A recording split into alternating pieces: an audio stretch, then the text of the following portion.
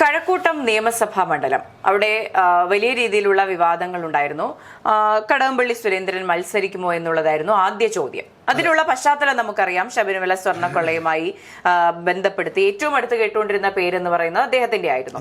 അദ്ദേഹം ദേവസ്വം മന്ത്രിയായിരുന്ന കാലത്ത് ഈ പറഞ്ഞ ശബരിമല സ്വർണ്ണക്കൊള്ളയിൽ അദ്ദേഹത്തിന് പങ്കുണ്ടായിരുന്നു എന്ന തരത്തിൽ പല വാർത്തകളൊക്കെ ഉണ്ടായിരുന്നു. പക്ഷെ അറസ്റ്റിലേക്കൊന്നും കാര്യങ്ങൾ പോയിരുന്നില്ല. എന്നാൽ ഇപ്പോൾ സ്ഥാനാർത്ഥിത്വം കൊടുത്ത് പാർട്ടി അദ്ദേഹത്തെ സേഫ് ആക്കിയിരിക്കുകയാണ്.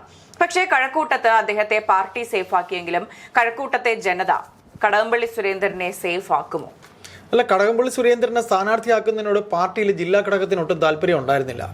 പാർട്ടിക്കകത്ത് ഒരു വിഭാഗം, കാര്യം തിരുവനന്തപുരം ജില്ലാ കമ്മിറ്റി എന്ന് പറയുന്നത് ജോയി സെക്രട്ടറി ആയിരുന്നു. സെക്രട്ടറി മാറിയപ്പോഴും ഡബിൾ എ റഹീമാണ് സെക്രട്ടറി ആയിട്ടിരിക്കുന്നത്.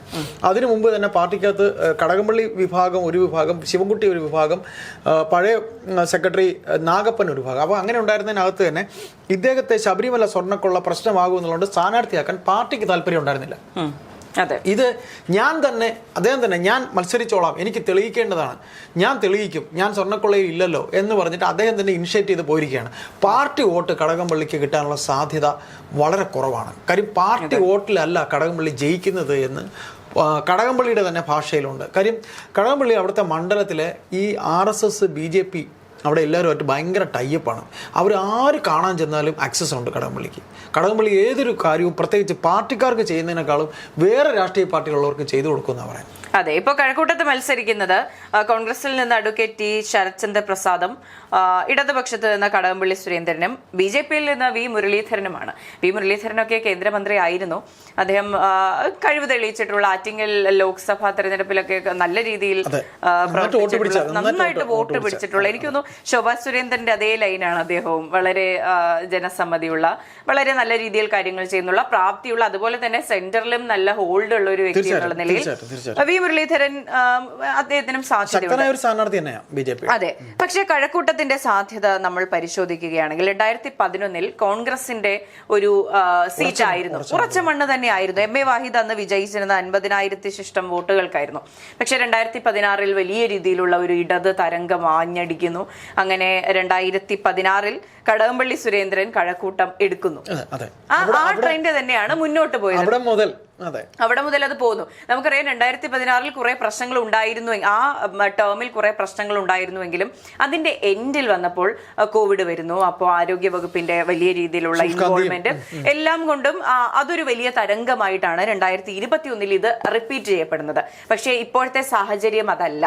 ഇപ്പോൾ ശബരിമല സ്വർണ്ണക്കൊള്ള വിഷയമുണ്ട്, അതുപോലെ തന്നെ വലിയ രീതിയിലുള്ള ഭരണവിരുദ്ധ വികാരമുണ്ട്. ഇതെല്ലാം റിഫ്ലക്ട് ചെയ്തുകൊണ്ട് അവിടുത്തെ സാമുദായിക വോട്ട് സമാഹരണവും കൂടി നമ്മൾ കണക്കിലെടുക്കേണ്ടിയിരിക്കുന്നു. അതും കൂടി കണക്കിലെടുത്ത് നോക്കുമ്പോൾ അവിടെ അഡ്വക്കേറ്റ് ടി ശരത്ചന്ദ്ര പ്രസാദിനുള്ള സാധ്യത വളരെ വലുതാണ് എന്ന് തന്നെയാണ് പറയാനുള്ളത്. 2026 നിയമസഭാ തെരഞ്ഞെടുപ്പ്, ഇപ്പോൾ ചേട്ടൻ നേരത്തെ പറഞ്ഞൊരു കാര്യമുണ്ടല്ലോ, കടകംപള്ളി സുരേന്ദ്രന് ഞാൻ എങ്ങനെയെങ്കിലും വിജയിക്കുമെന്ന് തെളിയിക്കണം എന്നുള്ളൊരു കാര്യമുണ്ടല്ലോ. ഇപ്പോൾ ആറന്മുളയിൽ വീണ ജോർജ് മത്സരിക്കുന്നു, അതെ, മധുസൂദനൻ മത്സരിക്കുന്നു, അതുപോലെ കടകംപള്ളി സുരേന്ദ്രൻ മത്സരിക്കുന്നു. അതെ, പാർട്ടിക്ക് മുന്നിലും പാർട്ടിക്കും തെളിയിക്കണം. ഞങ്ങൾ എടുത്ത തീരുമാനം ശരിയായി. അതെ, അതാണ് ട്രെൻഡ്. ഇതിനു വേണ്ടിയിട്ട് പല ഡീലുകൾ നടത്തുന്നതായുള്ള ആക്ഷേപങ്ങളുണ്ട്. ശരിക്കും പറഞ്ഞാൽ ഇതിന്റെ ഫലം പുറത്തു വരുമ്പോഴാണ് ഇത്തരത്തിലുള്ള ഡീലുകൾ നടന്നിട്ടുണ്ടോ എന്നുള്ള കാര്യം വ്യക്തമാകുന്നത്. തീർച്ചയായിട്ടും. അല്ല, ഇതിൽ നമ്മൾ മനസ്സിലാക്കാനുള്ള ഒരു പ്രധാനപ്പെട്ട കാര്യം എന്ന് വെച്ചാൽ കടകംപള്ളിക്ക് തെളിയിക്കേണ്ടതുണ്ട്. താനല്ല ഇത്, ഈ സ്വർണ്ണക്കൊള്ളയിൽ താനില്ല എന്ന് തെളിയിക്കേണ്ടതുണ്ട്. പക്ഷേ മേഘ, ഇതിൽ നമ്മൾ മനസ്സിലാക്കുന്ന ഒരു കാര്യം എന്ന് വെച്ചാൽ പത്മകുമാറിൻ്റെ നാവിൻ തുമ്പത്തായിരുന്നു കടകംപള്ളി ആടി ആടി കളിച്ചത്. പത്മകുമാറിനെ എന്തുകൊണ്ട് പാർട്ടി സംരക്ഷിച്ചെന്നുള്ളതെന്നറിയാമോ? പത്മകുമാറിനെ ഇപ്പോഴും സംരക്ഷിക്കുന്നത് പത്മകുമാറിന് പറയാൻ മേൽഘടകത്തിൽ ആൾക്കാരുടെ നിർദ്ദേശപ്രകാരം മേൽഘടകം കൂടെ അറിഞ്ഞുകൊണ്ടാണ് ആ പേപ്പറിൽ ഞാൻ സ്വർണം പൂശണ്ട, ഇത് അങ്ങനെ ആ ഒരു തിരുത്തുണ്ടല്ലോ അദ്ദേഹത്തിൻ്റെ ഒപ്പോടുകൂടി മിനിറ്റ്സ് കഴിഞ്ഞ് പോയിട്ട് ആ മിനിറ്റ്സിലെ പേപ്പർ തിരികെ വരുത്തി പത്മകുമാർ അത് ചെയ്തു. പത്മകുമാർ ഒറ്റയ്ക്ക് ഒരിക്കലും ചെയ്യില്ല. അതുകൊണ്ടാണ് ഈ പാർട്ടി ഈ നിമിഷവും പത്മകുമാറിനെ സംരക്ഷിക്കുന്നത്. അതായത് ഏതാണ്ട് 50 വർഷത്തിലധികം പ്രവൃത്തി പരിചയമുള്ള കടകംപള്ളി സുരേന്ദ്രൻ, പിണറായി വിജയന് തിരുവനന്തപുരം അദ്ദേഹത്തിൻ്റെ പാർട്ടി സെക്രട്ടറി ആയിരിക്കുമ്പോൾ പാർട്ടി പിടിച്ചു കൊടുക്കുന്നതിൽ VS കളഞ്ഞിട്ട് പിണറായിക്കൊപ്പം പോയ കടകംപള്ളിയെ പിണറായി അങ്ങനെ കളയില്ല. അതുകൊണ്ടാണ് പത്മകുമാറിൻ്റെ നാവിൻ തുമ്പത്തായിരുന്നു കടകംപള്ളിയുടെ ഭാവി ഇരുന്നത്. അല്ലെങ്കിൽ കടകംപള്ളിയുടെ പേര് പറഞ്ഞെങ്കിൽ കടകംപള്ളി ഈ കേസിൽ പ്രതിയായനെ. കടകംപള്ളി ഇതുപോലെ മറ്റൊരിക്കൽ ഓർമ്മയുണ്ട്, നമ്മുടെ മണിച്ചൻ കേസ് ഓർമ്മയുണ്ടല്ലോ. മണിച്ചൻ ഡയറിയിൽ എഴുതി വെച്ചിരുന്നു, ഞാൻ കാശ് കൊടുത്തവരുടെ പേരിൻ്റെ കൂട്ടത്തിൽ കടകംപള്ളി ഉണ്ടായിരുന്നു. അന്ന് സാമൂഹ്യ മാധ്യമമോ അല്ലെങ്കിൽ ഇത്ര കണ്ട് മാധ്യമങ്ങളോ സോഷ്യൽ മീഡിയയോ ഇല്ലാത്ത സമയം കൊണ്ടാണ് കടകംപള്ളി അന്ന് രക്ഷപ്പെട്ടത്. അപ്പോൾ കടകംപള്ളി ഈ കേസിൽ അറിഞ്ഞോ അറിയാതെയോ ഇൻവോൾവ്മെന്റ് ഉണ്ടോ എന്നുള്ളത് അടുത്ത ഭരണത്തിലെ നമുക്ക് അറിയാൻ കഴിയും. അടുത്ത ആര് ഭരിച്ചാലും, ഇദ്ദേഹം MLA ആണെങ്കിലും അല്ലെങ്കിലും അറിയാൻ കഴിയുള്ളൂ. അപ്പൊ ഇപ്പോഴും തുലാസിൽ തന്നെയാണ്. അതെ, ഇപ്പോൾ തുലാസിലാണ്. ഇപ്പൊ തിരുവനന്തപുരത്ത് പല മണ്ഡലങ്ങളുടെ കാര്യം, ഇപ്പോൾ പ്രത്യേകിച്ച് കഴക്കൂട്ടം മണ്ഡലത്തിന്റെ കാര്യം പറയുകയാണെങ്കിൽ, ശരത്ത് തിരുവനന്തപുരത്തെ വളരെ ഒരു വലിയ കോൺഗ്രസ് ആയിരുന്നു. വെച്ചാൽ അറിയാം, നിങ്ങൾക്ക് ചിലപ്പോൾ നിങ്ങളുടെ പിതാവിനൊക്കെ ചിലപ്പോൾ അറിയായിരിക്കും, അവിടുത്തെ പഴയ ആൾക്കാർ. കാര്യം അദ്ദേഹം ചാക്കലുള്ള ആളാണ്. അതായത് CPMന്റെ ഗുണ്ടകളുടെ ആക്രമണത്തിലാണ് അദ്ദേഹത്തിന് ഈ പോളിയോ ചെറുതായിട്ട് ബാധിച്ച ഒരു കാലമുണ്ട്. അവിടെ അദ്ദേഹത്തിന് മാരകമായി അവർ വെട്ടി പരിക്കേൽപ്പിച്ചിട്ടുണ്ട്. ഒരു വേള അദ്ദേഹം ആറ്റിങ്ങൽ MLA ആയിരുന്ന ആളാണ്. ഒരു തവണ കരുണാകരൻ പക്ഷത്തെ രാജ്മോഹൻ ഉണ്ണിത്താനോടൊപ്പം തിരുവനന്തപുരത്ത് ഇടിച്ചു നിന്നൊരു നേതാവാണ്. കഴിഞ്ഞ കുറേ നാളുകളായി അദ്ദേഹത്തിന് സപ്പോർട്ട് ചെയ്യാനോ സീറ്റ് കൊടുക്കാനോ ആരും കോൺഗ്രസ് പാർട്ടിയിൽ ഇല്ലായിരുന്നു. ഇപ്പോൾ കേന്ദ്രത്തിൽ അവരുടെ വേണുഗോപാലോ അല്ലെങ്കിൽ VD സതീശനോ അല്ലെങ്കിൽ ഏതോ ഗ്രൂപ്പിന്റെ ഭാഗമായി അദ്ദേഹം മത്സരിക്കുന്നതെന്ന് എനിക്കറിയില്ല. ഒന്നുകിൽ രമേശ് ആയിരിക്കാം, പഴയ ഐക്കാരനായതുകൊണ്ട്. ഏതായാലും അദ്ദേഹത്തിനും ജയിച്ച് കാണിക്കേണ്ടത് അദ്ദേഹത്തിൻ്റെ ആവശ്യമാണ്. അപ്പോൾ ശരത് പ്രസാദ് എന്ന് പറയുന്ന അദ്ദേഹവും ഈ പറയുന്ന SNDP കമ്മ്യൂണിറ്റിയിലെ ആളാണ്. അദ്ദേഹം SNDP കമ്മ്യൂണിറ്റിയാണ്. പിന്നെ V മുരളീധരൻ SNDP കമ്മ്യൂണിറ്റിയാണ്. കടകംപള്ളിയും SNDP കമ്മ്യൂണിറ്റിയാണ്. ഇങ്ങനെ 3 പേര്. പിന്നെ കഴക്കൂട്ടത്ത് ഈ പറയുന്ന കമ്മ്യൂണിറ്റിയാണ് ഏറ്റവും കൂടുതൽ ഉള്ളത്. ഒരു കാര്യം എടുത്തു പറയാം, കഴക്കൂട്ടം ഒരിക്കലും ഒരു ജെന്യൂൻ കമ്മ്യൂണിസ്റ്റിന്റെ, അതായത് LDFന്റെ മണ്ഡലം അല്ല. അതുകൊണ്ട് ശരത്തിന് സാധ്യതയുണ്ട്. അതെ, അവിടെ വലിയൊരു ഇടത് തേരോട്ടമുള്ള മണ്ണല്ല. കാരണം കഴിഞ്ഞ തവണ 2021 തെരഞ്ഞെടുപ്പിൽ 2ാം സ്ഥാനത്ത് വന്നിട്ടുള്ളത് ശോഭാ സുരേന്ദ്രനാണ്. അപ്പോൾ 40,000-ഓളം വോട്ടുകൾ അവർക്ക് സമാഹരിക്കാൻ കഴിഞ്ഞിട്ടുണ്ട്. അതുപോലെ വോട്ട് പിടിക്കാൻ കഴിയുന്ന ഒരു വ്യക്തി തന്നെയാണ് വി മുരളീധരൻ എന്ന് പറയുന്നത്. എന്റെ ഒരു ഓർമ്മ ശരിയാണെങ്കിൽ ഈ വാഹിദ് റിബലാറ്റ് എന്നൊരു ജയിച്ചിട്ടുണ്ട്.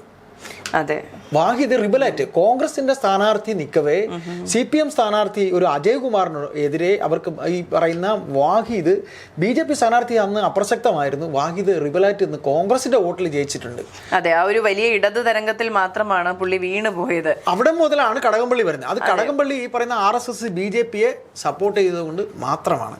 അപ്പോൾ നമുക്ക് പറഞ്ഞു വരുമ്പോൾ കഴക്കൂട്ടത്തിന്റെ ഒരു പ്രത്യേകത, കഴക്കൂട്ടം പോലുള്ള പല മണ്ഡലങ്ങളും, തിരുവനന്തപുരം കേന്ദ്രീകരിച്ചിട്ടുള്ള പല മണ്ഡലങ്ങളിലും ഉള്ള ഒരു പ്രത്യേകത എന്ന് പറയുന്നത് ഒരു പാർട്ടിയുടെയും വേര് ഊന്നാൻ സ്ഥലം കൊടുക്കുന്ന മണ്ണല്ല. പാർട്ടികൾക്ക് അതീതമായി വ്യക്തി കേന്ദ്രീകൃതമായി വോട്ട് പോകുന്ന ഒരു, നിങ്ങൾ എന്ത് ചെയ്തിട്ടുണ്ട്, നിങ്ങൾ എന്ത് ചെയ്യാനാണ് ആഗ്രഹിക്കുന്നത് എന്ന് ചോദ്യം ഉന്നയിച്ച് ചെയ്യുന്ന അത്തരത്തിൽ ഒരു ചിന്താഗതിയുള്ള മനുഷ്യർ കൂടുതലുള്ള സ്ഥലമാണെന്നാണ് എന്റെ ഒരു വിലയിരുത്തൽ. അപ്പോൾ നമ്മൾ V മുരളീധരനെ കൂടെ ഒന്ന് പറഞ്ഞിട്ട് നമുക്ക് സംസാരം അവസാനിപ്പിക്കാം. V മുരളീധരൻ ശരിക്കും സത്യം പറഞ്ഞാൽ V മുരളീധരൻ നല്ല ഫൈറ്റ് ചെയ്യുന്ന ഒരു BJP കാരനാണ്. ഇപ്പോൾ മേഘ പറഞ്ഞ പോലെ അദ്ദേഹം കേന്ദ്രത്തിൽ ആക്സസ് ഉള്ള ഒരു നേതാവാണ്. കടകംപള്ളി കണ്ണുവെക്കുന്ന RSS BJP വോട്ടെന്ന് പറയുന്നത് V മുരളീധരൻ്റെ വോട്ടാണ്. അത് V മുരളീധരൻ തന്നെ കിട്ടിയാൽ മത്സര ചിത്രം മാറും. കാര്യം BJP RSS വോട്ടിനേക്കാൾ ഉപരി ഈ പറയുന്ന സാമുദായിക സമവാക്യങ്ങളുടെ വോട്ടുണ്ട്. അതും ഒരു വലിയ ഘടകമാണ്. പിന്നെ കഴക്കൂട്ടം വട്ടിയൂർക്കാവ് നിയമം, ഈ 3 മണ്ഡലവും BJP പ്രസ്റ്റീജായിട്ട് കാണുന്നു, പ്രസ്റ്റീജ് ഇഷ്യൂ ആയിട്ട് കാണുന്നു. കാര്യം എന്ന് വെച്ചാൽ രാജീവ് നിയമത്ത് ജയിച്ചാൽ എന്തുകൊണ്ടും V മുരളീധരന് കഴക്കൂട്ടത്ത് ജയിച്ചുകൂടാ. അതാണ് അവരുടെ അണികൾ നോക്കുന്നത്. അപ്പോൾ ഇത് തീവാർന്ന മത്സരമാണ്.